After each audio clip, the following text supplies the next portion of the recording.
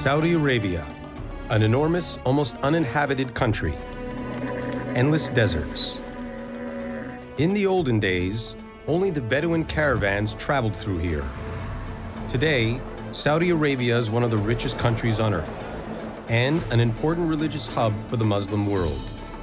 A place of pilgrimage like no other. More than 2 million people visit these holy sites for their yearly pilgrimage. One family has been solely ruling this country for 300 years with an iron fist. One pact, once made between a religious zealot and a visionary sheikh, is still in force to this day.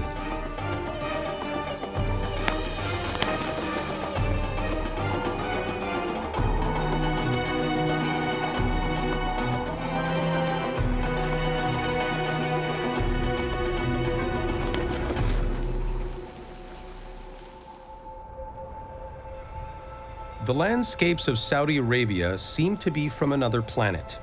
A world burnt by the sun, approximately 9 times the size of the United Kingdom, but with vast uninhabited areas. Mountains, deserts, and volcanoes. An inhospitable peninsula with extreme conditions to live in.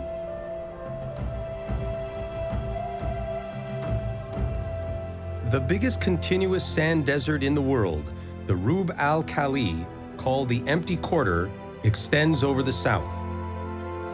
The north is dominated by the red sand dunes of another big desert, the Nafud al-Kabir.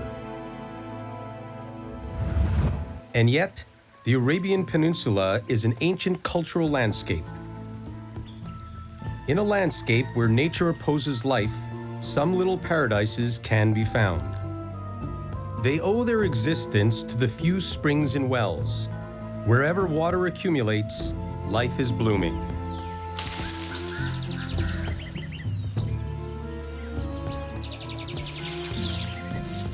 Plants, animals, and people have adapted to the harsh conditions of their surroundings.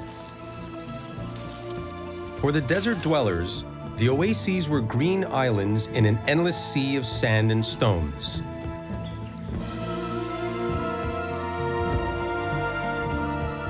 For thousands of years, the Bedouins have been traveling their ancient routes through the waterless wasteland to get from one oasis to the next.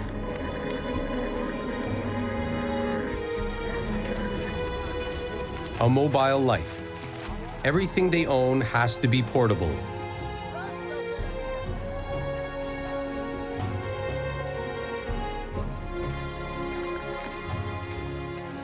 The population had not settled, but they were Bedouins.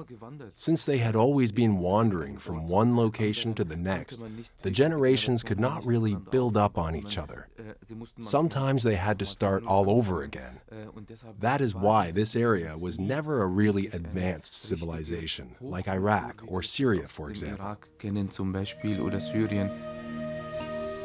And yet the north of the Arabian Peninsula has been populated by ancient advanced cultures for quite some time. Petroglyphs from the former inhabitants bear testimony to this. The oldest ones known to us were carved into stone 7,000 years ago. They reveal something unexpected. There were fertile regions here in the past. In prehistoric times, there were numerous lakes in this area that vanished over time due to dry spells. Their shores were definitely inhabited. The population was concentrated at these lakes mainly in prehistoric times during the New Stone Age. That ultimately showed us that back then, the desert was actually green. But then Arabia's climate changes. The previously fertile savanna with its rich wildlife turns into an extreme desert.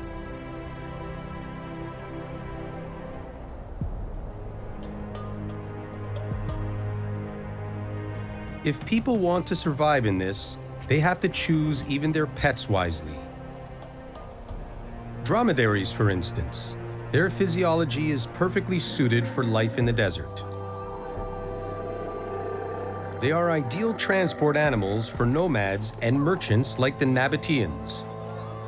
They settle around 500 BCE in the north of the Arabian Peninsula and specialize in trading frankincense. Frankincense is made from the resin of a tree that grows in the south of the Arabian Peninsula. In the whole ancient world, the fragment resin is used as a precious offering in religious cults and for healing purposes. It is even supplied all the way to Europe. The Nabateans are controlling the trade on the Arabian Peninsula, from today's Yemen all the way to their settlements in the north.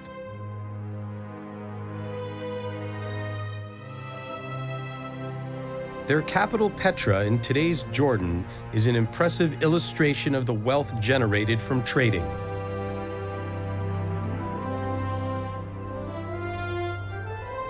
At the beginning of the Common Era, the city with its monumental tombs carved out of rock has a population of 40,000 people.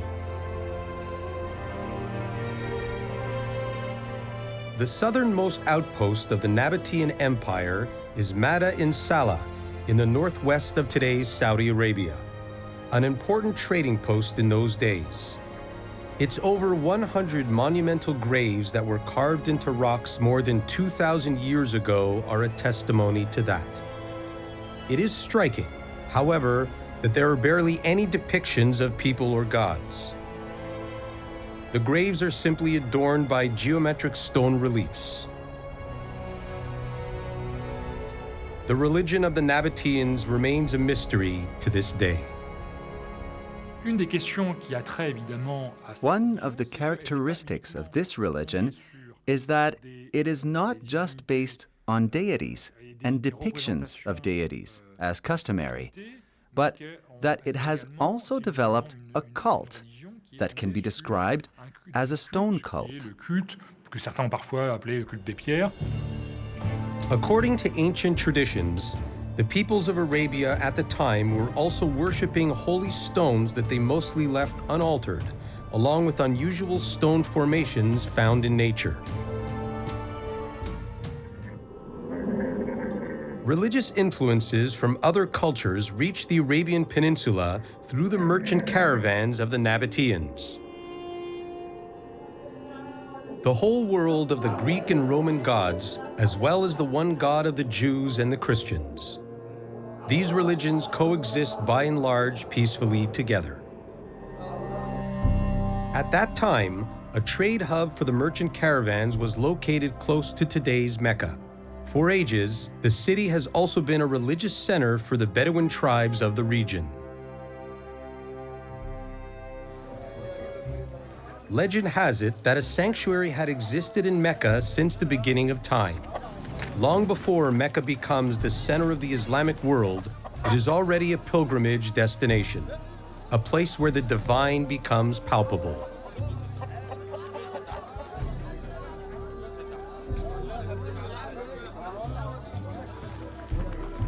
But it is a simple building in which the pilgrims offer their sacrifices and prayers.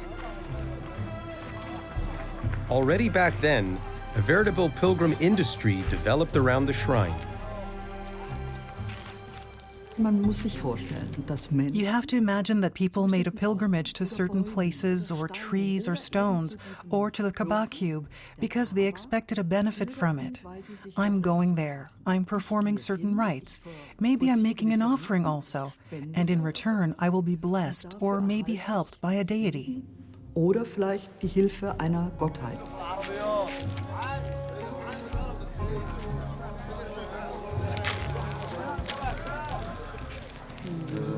Inside the Kaaba, deities of very different cults were worshipped.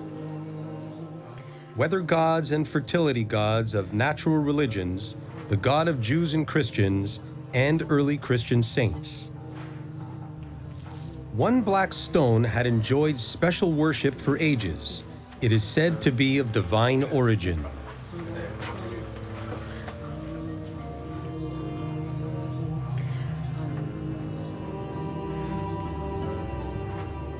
Mecca was multi-religious. There were different religions or worldviews, as one would say today. But it was not religion that kept society together, but the loyalty to a certain tribe, There were different tribes, and each had its own individual tribal rules. There was no universal common law for everyone. The tribes also often went to war against each other, as they were competing for supremacy on the Arabian Peninsula. In the 7th century BCE, a man emerged in Mecca who succeeded to ultimately unite the enemy tribes of Saudi Arabia and who changed large parts of the world forever. Muhammad.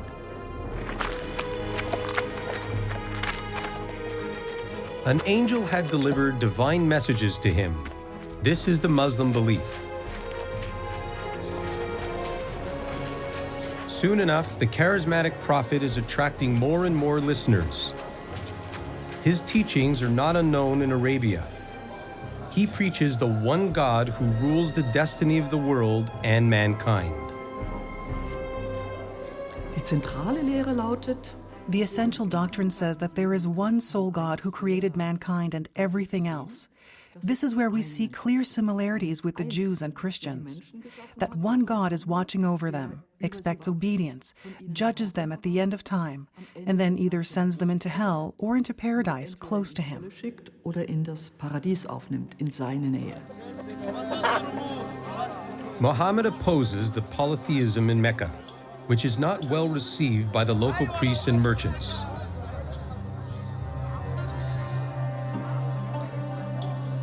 After all, they live off the pilgrimages. A controversy arises. The prophet and his followers are expelled from Mecca. He flees to Medina. This is where he allegedly dictated the texts of his divine revelation to his scribes. After his death, they get arranged in order and put together in a book, the Quran. Muhammad becomes the founder of a new religion. He is one of the most influential figures in world history. But first, Muhammad returns to Mecca 8 years later with armed soldiers. They are seizing the city almost without a fight. He immediately starts to destroy all idol imagery around and inside the Kaaba.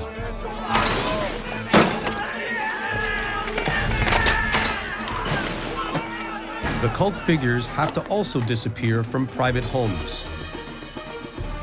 The prophet makes an offer to all residents of Mecca to either follow him or leave the city within a short period of time. The Kaaba becomes the center of his monotheistic beliefs. The black stone is also spared by the prophet. Legend has it that he installed it himself into a corner of the Kaaba.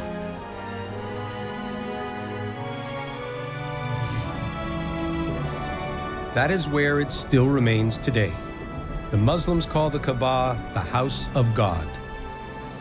The ritual circles begin and end at the black stone. It is a mystery to this day what the stone is made of. Les hypothèses sont nombreuses. S'agit-il d'une... There are a lot of hypotheses about this. Is it an agate, as was speculated before? Is it maybe a meteorite, or simply a piece of lava or basalt? Or is it even made of glass? Its physical composition is completely unexplained to this day. That is part of the mystery that should be preserved, because it is sometimes beneficial if things stay mysterious, like the idea behind the nature of things. Mystère derrière la nature des choses. The faith taught by Muhammad is a unifying power. But his religious movement develops into a political dynamic that changes the world. The successors of the Prophet first conquer the Arabian Peninsula and then the adjacent regions of the world. Never before has a religious movement been expanding so quickly and with such lasting effects. One of the characteristics of Islam which made it so very successful is actually its flexibility. You don't have to do a lot to become a Muslim. You don't have to prove you have a lot of theological knowledge to belong to the community of Muslims. And in principle, anybody can join. That is ultimately the success story of Islam, which is similar, by the way, to the Roman Catholic Christianity, which can be so well applied to the local cultural circumstances in all parts of the world. The pilgrimage to Mecca is one of the 5 pillars of Islam. Every Muslim is required to make this pilgrimage at least once during their lifetime. In earlier times, some pilgrim caravans took many months for this journey.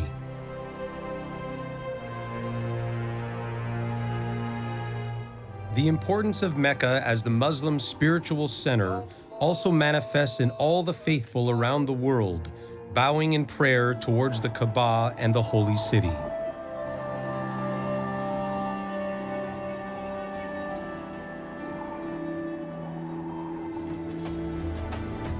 The former caravan hub has turned into a massive pilgrimage center. Today, with an infrastructure equipped to accommodate more than 2 million people at the same time. If one observes Hajj, undertakes the pilgrimage to Mecca, and asks Allah for forgiveness of one's sins, one could be sure that God answers one's prayers. That is the belief of many. And also that praying here entails a 100,000 times bigger reward than a prayer in any other mosque. During Hajj, the faithful circle the Kaaba several times. This ritual is inspired by the story of Father Abraham. The pilgrimage is a reconstruction of the narrative of Abraham. Abraham, who had constructed the Kaaba in the first place, who had turned 7 times around the Kaaba. Allegedly, his footprint is still visible today, beside the Kaaba, in a small, separate building. It is about the symbolism and the symbolic power. They make it possible to reconstruct an experience.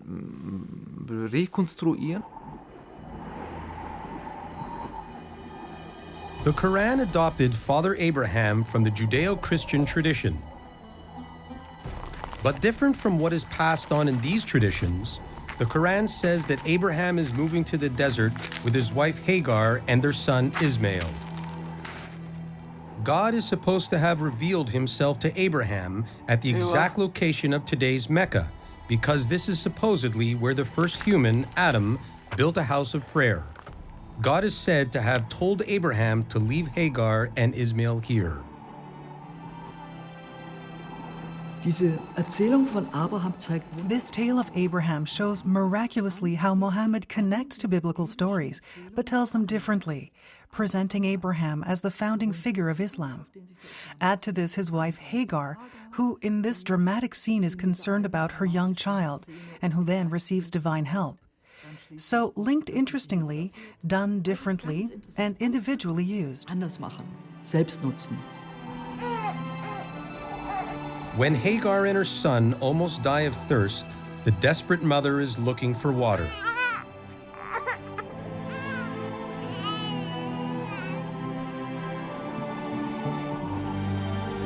According to the legend, she is running back and forth 7 times between 2 hills in search of water.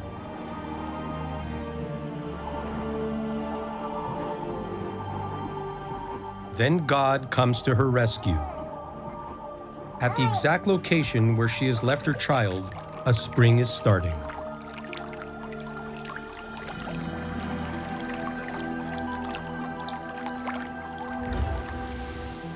Legend has it that this is the well Zamzam, which is frequented by the faithful in the courtyard of the Grand Mosque in Mecca to this day.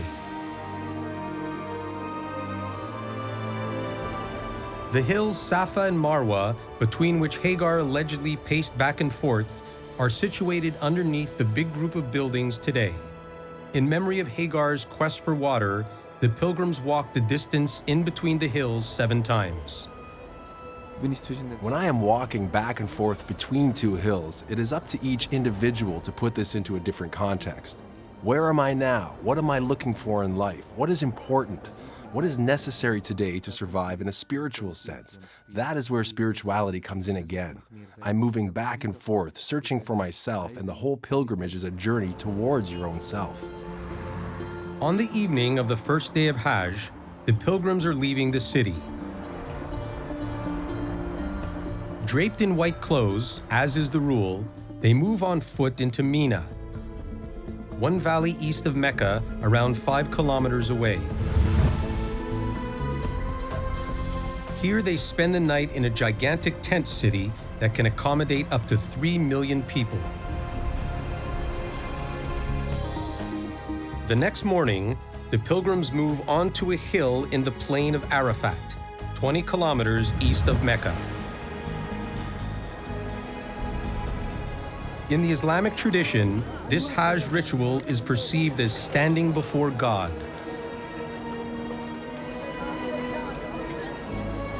The pilgrims recite the Quran, give blessings about the Prophet, and offer prayers of petition.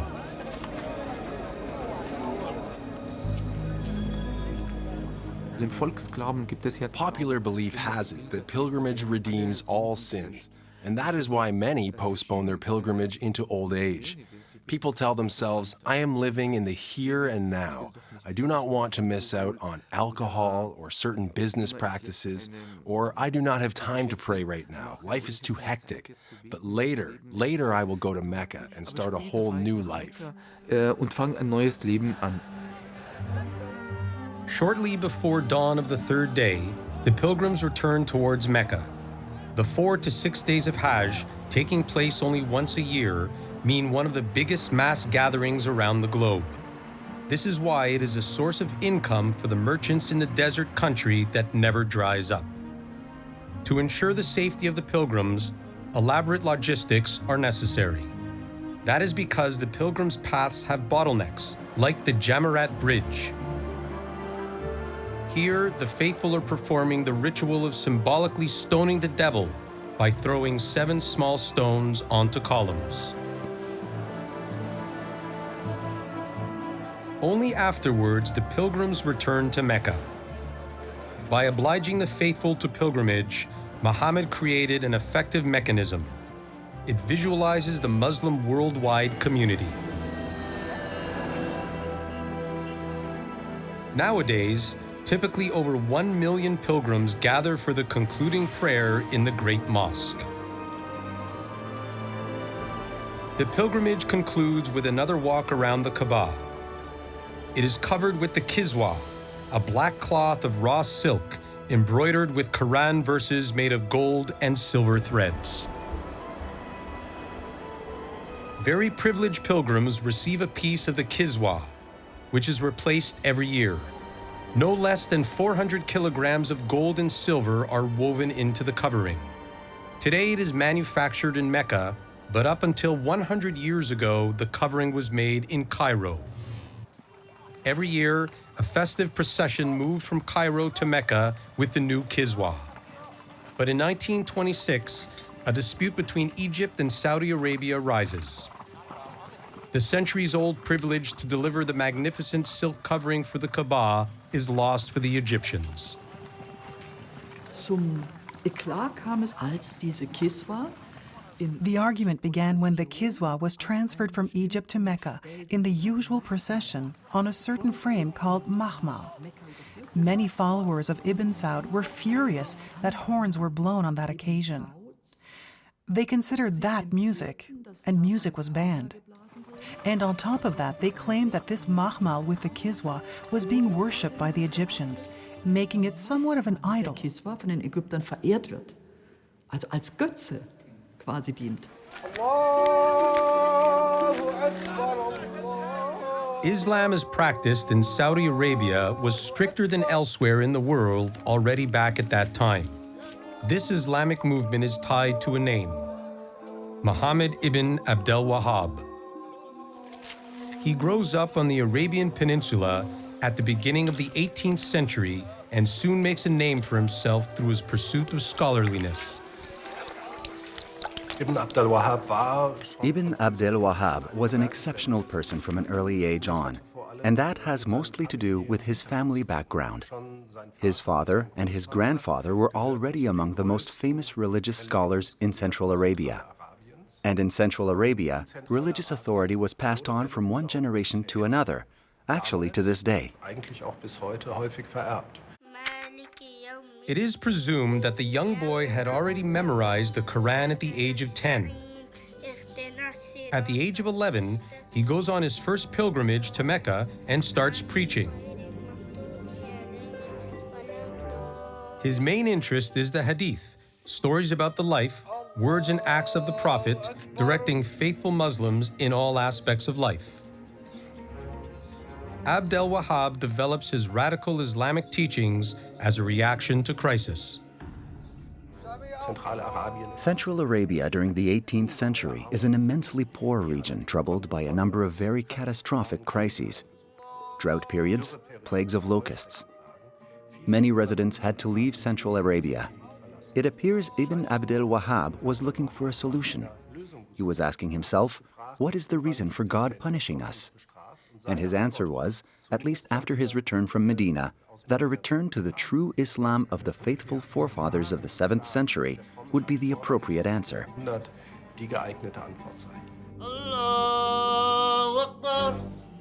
Abd al-Wahhab's interpretation of Islam, the submission to God's will, is a radical devotion to the foundation of the religion, to the Quran and other sources considered genuine. Everything else is rejected. The essence of the teachings of Muhammad ibn Abd al-Wahhab is to say there is one very clear Islamic doctrine that was watered down by Muslims. And this clear doctrine means there is just one God, one sole God, and no one else. And that man is not allowed to do anything that Prophet Muhammad did not do during his time. That includes, for instance, the banning of music and tobacco and other things. That means a very strict doctrine. Und andere Dinge, das heißt eine ganz strikte Lehre. Whoever doesn't follow Abd al-Wahhab's strict rules renounces one's faith, according to him. For the residents of his village, however, this goes too far. They force him into exile.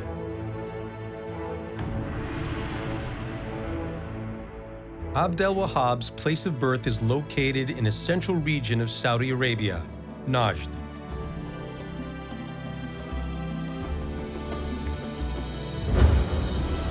The Jabal Tuwaiq sprawls over almost 100 kilometers here, a steep slope out of limestone.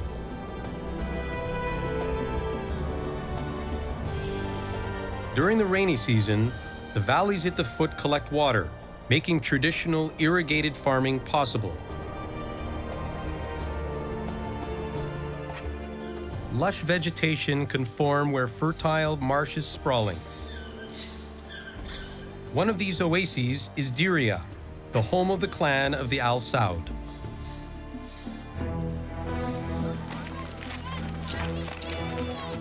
This is where Abd al-Wahhab finds refuge, after repeatedly running into trouble elsewhere because of his radical teachings.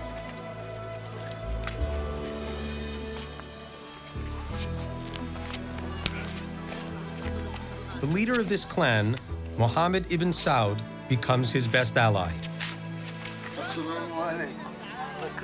Their encounter should change the world.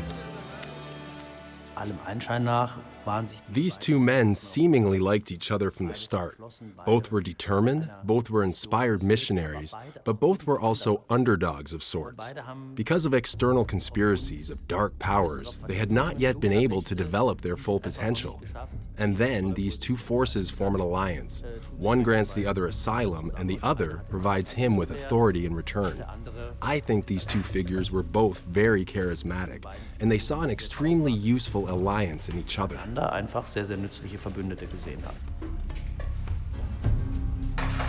Muhammad ibn Saud realizes clearly that he could utilize the teachings of Abd al-Wahhab for his own ambitions.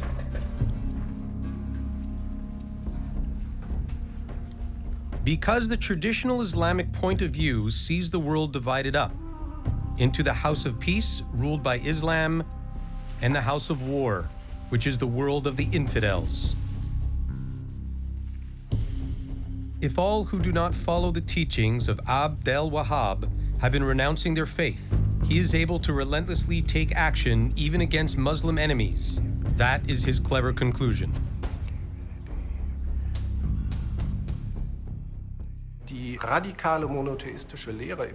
The radical monotheistic teachings of Ibn Abd al-Wahhab certainly had political effects.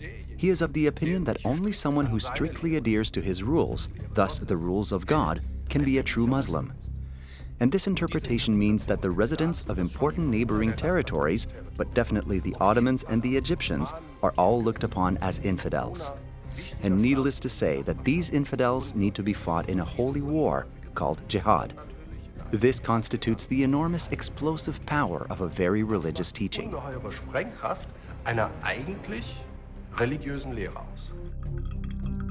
1744, Abd al-Wahhab and Ibn Saud make a pact.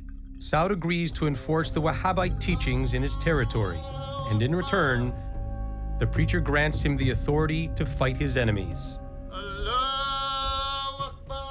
It was a mutual instrumentalization, and as a result, both established a position of power, unfortunately at the expense of an enlightened Islam, at the expense of a spiritually ethical Islam. Ethischen Islams leider. The aspiring Saud is determined to use the explosive power of Abd al-Wahhab's fundamentalist teachings for his own lofty plans.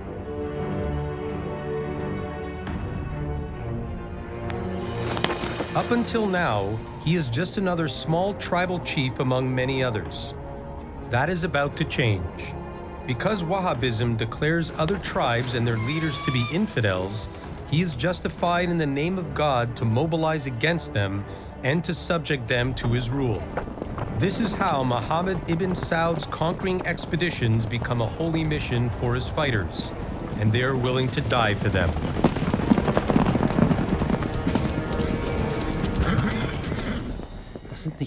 These are not simply mercenaries who were rounded up, but they underwent a formal Wahhabite education. They had the Wahhabite teachings forced down their throats, and that was unusual at the time. Previously, regions were conquered by looting and by simply looking for mercenaries and allies. That's what Ibn Saud did too. But what is added here is the fact that the soldiers, the fighters who called themselves al-Ikhwan, meaning brothers, had really been ideologically indoctrinated and sent out with the teachings of Wahhabism.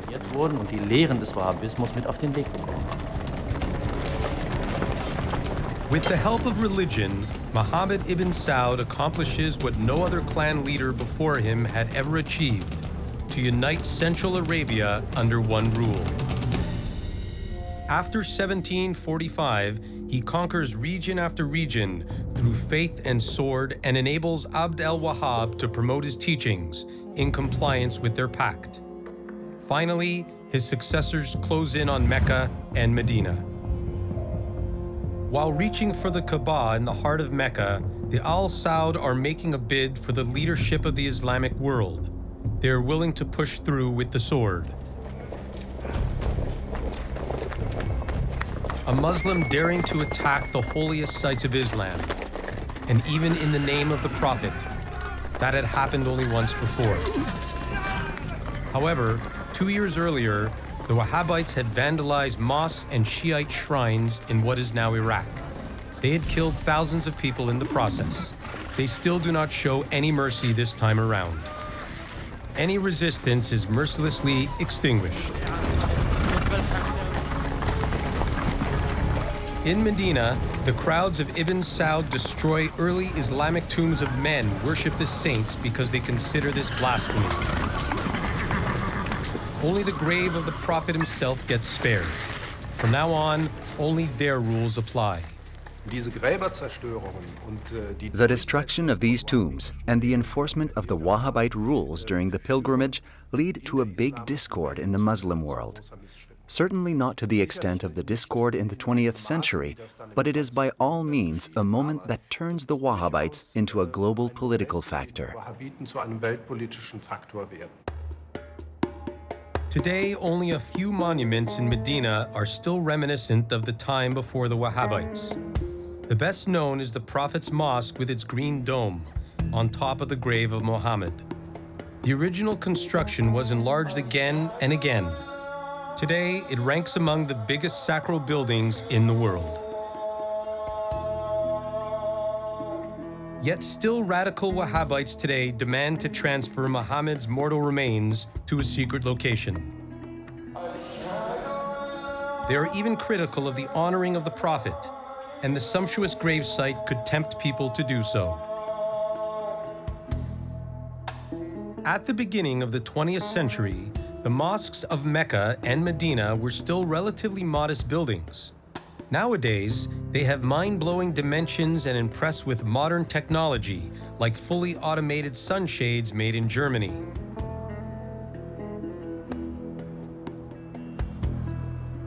Each of them shades several hundred square meters.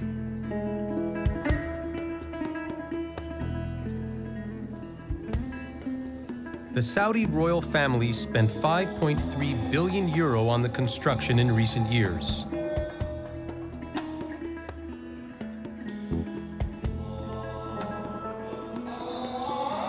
In 1950, Medina had only 51,000 residents. Today, 1.3 million people live here. The number of pilgrims grew similarly.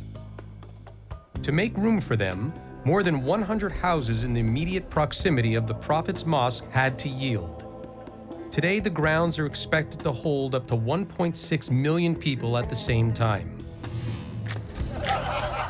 The Wahhabites cannot imagine a life agreeable to God to be compatible with many pleasures. Smoking, music, singing, extravagant clothing and jewelry are among such pleasures, and especially dancing. All these things are being banned after the Wahhabites took over the holy sites at the beginning of the 19th century. Those who do not obey the rigid laws are at risk of lashing, mutilation, or execution.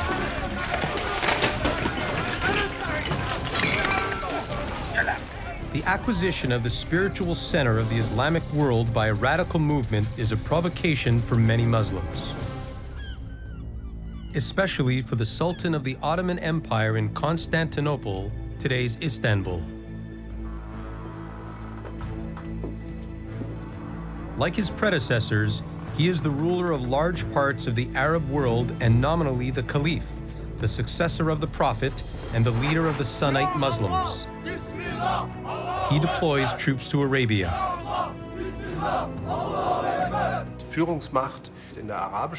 The leading power in the Arab world, by its own estimation at the time, was the Ottoman Empire. Having these holy sites so disdainfully taken by a sectarian movement that was fairly unknown at the time was a provocation that the Ottomans could not let go unpunished. The al-Saud and their Wahhabite army get defeated. The leader, Abdullah al-Saud, is awaiting his execution on December 17, 1818 in Istanbul. The reasons for the death sentence are corruption on earth, division of Muslims, and rebellion against the Caliph. 3 generations after the pact between the al-Saud family and the Wahhabites, the triumph of the religious zealots seems to have stopped. The al-Saud empire disintegrates into tribal regions again. Many relatives of the family get executed or move into exile. But Muhammad ibn Abd al-Wahhab's seeds are sprouting and growing further.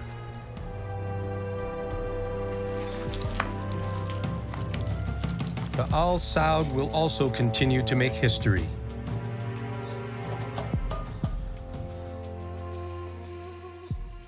Because it was not just a tribal movement with a ruler as the leader who can be eliminated and then it all goes up in smoke, but rather because it was a religious and political movement. It is not hard to imagine that something was consolidated there again in disputes with other local rulers on the Arabian Peninsula, which explains why it isn't a miracle that the Saudis are gathering once again. Their biggest enemy, the Ottoman Empire, is on the decline at the end of the 19th century. The former world power has shrunk to a fraction of its former size. Europe is talking about the sick man on the Bosporus. Sultan Abdul Hamid II is planning an ambitious project to reinforce his ruling authority for all Muslims. A railway line is supposed to link Damascus with the holy sites. The railway line is following an old pilgrim route for more than 1,300 kilometers, much to the dismay of the Bedouins who live there. The tribes had been able to benefit extensively from the caravan trading and the pilgrimages. The pilgrim caravans were like today's tourists. They left money along the way. They went into restaurants, they stayed overnight, and they paid a pathway tax. At the very moment the Ottomans built this railway line, the Bedouins are literally standing next to it and see that the train has left the station.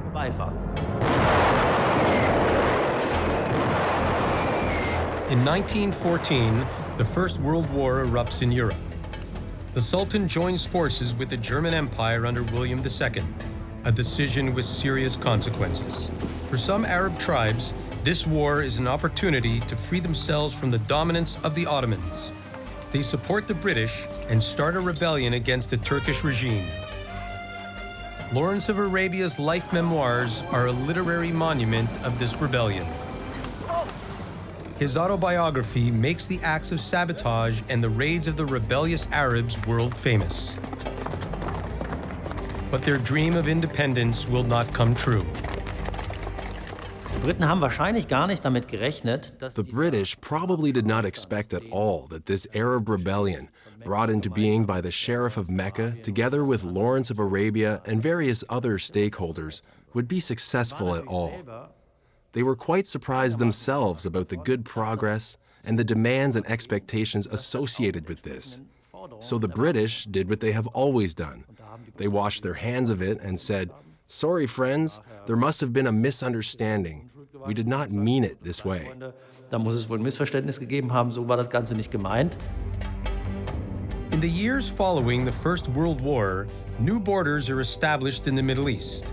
The future Syria and Lebanon are controlled by France. The future Iraq and Palestine are controlled by the British. Today's Israel, Jordan, and the autonomous Palestinian territories all stem from the mandated territory Palestine. Many Arabs perceive this division as a betrayal of the Muslim world. Another opportunity for another al-Saud.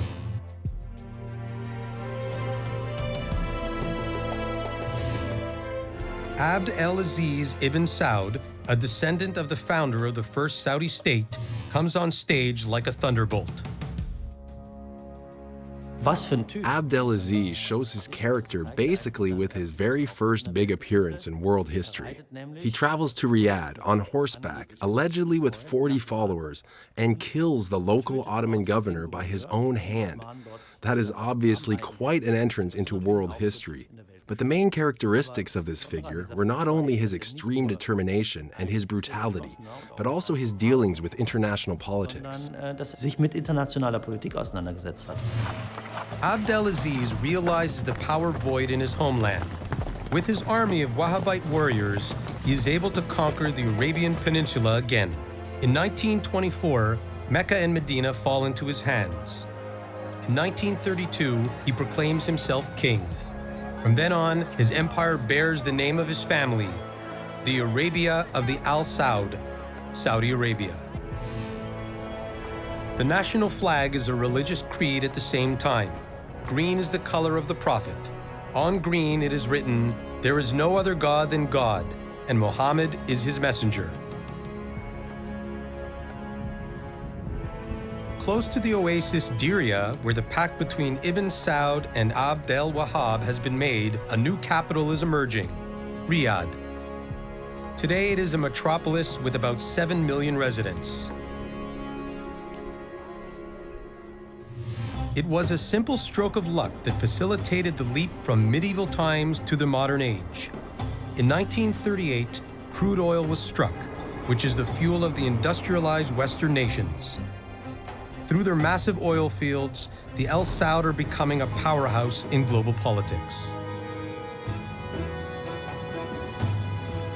In 1945, King Abdelaziz meets the most powerful man in the Western world, the American president, Franklin Delano Roosevelt.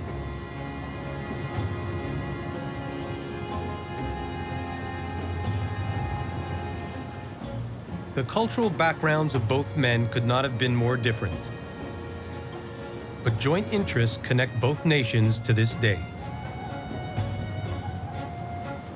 The Saudi oil did play an important role in establishing America as a global power, but Saudi Arabia also has another role. Saudi Arabia was one of a few countries to be certain this Wahhabite monarchy is not going to become a communist country. And if other countries in the region do become communist, then the Saudi Arabians will do anything in their power to make sure that this will not spill over to their country. Not only godless communism, but also capitalism and its temptation to consume holds dangers that need to be faced. While King Abd al-Aziz owns the most recent luxury cars, his sons are supposed to be aware of their origins in the desert. All his sons have to spend some of their earlier years with the Bedouins and swap the palace's luxury with the Spartan life in the Bedouin tent.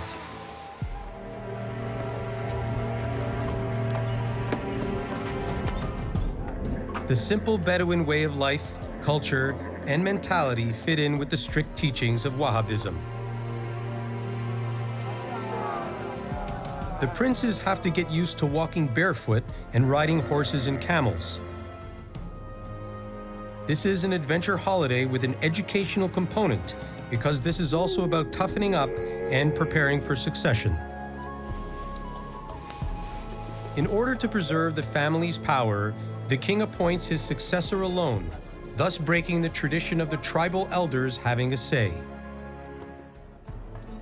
The honorary title, Servant of the Two Noble Sanctuaries, is more important to him and his successors than the title of king, because that is the true foundation of their power.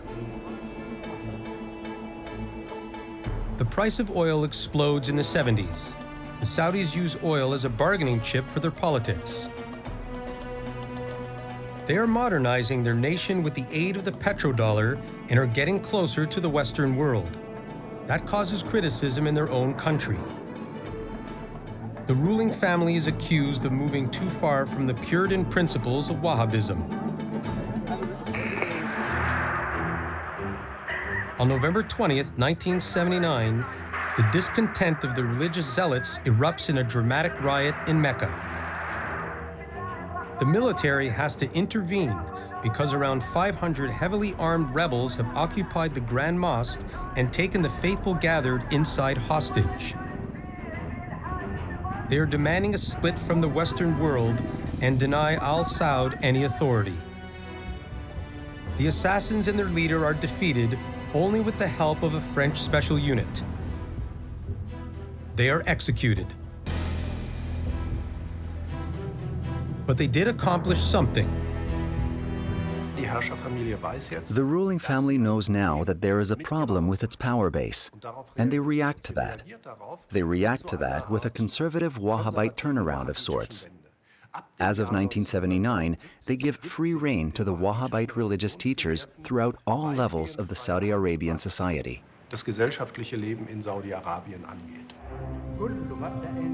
New Islamic universities get established throughout the country.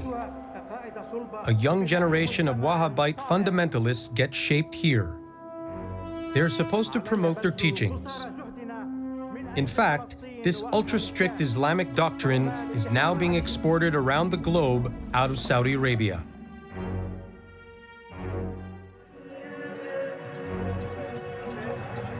It is ironic. Wahhabism, opposed to all pomp and luxury, made the al-Saud family immensely rich. They did not only enable the family to expand the holy sites to a size and splendor never seen before, but to also globally promote their own very Puritan version of Islam.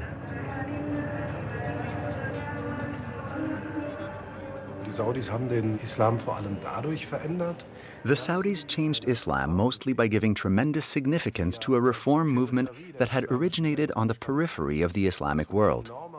I would say that Wahhabism today has indeed gained a global political importance. That is only imaginable because in the 20th century, the state of Saudi Arabia, with all its money, strength, and newly won importance, ensured that the Wahhabite teachings will make it over into the 21st century. Auch den Weg ins 21. Jahrhundert findet. Riyadh's appearance as a 21st century city arrived a while ago. Even strict Wahhabism was not able to prevent the spread of modern temples of consumerism. But the goods of the Western world bring Western ideas with them. Calls for democratization, for political voices to be heard, and for more women's rights are growing progressively louder. The future of Saudi Arabia will also depend on how much its citizens will be able to identify with their nation. For many are still financially at the mercy of the immensely rich ruling family. It is still uncertain if Saudi Arabia will be able to implement change, not just superimposed from the top, but also a certain democratization of society and politics. Without democratization, this will all stay on shaky ground, because a reform from the top can be turned around again from the top tomorrow. This is why I am hoping that democratic processes will slowly be established in Saudi Arabia in the near future. The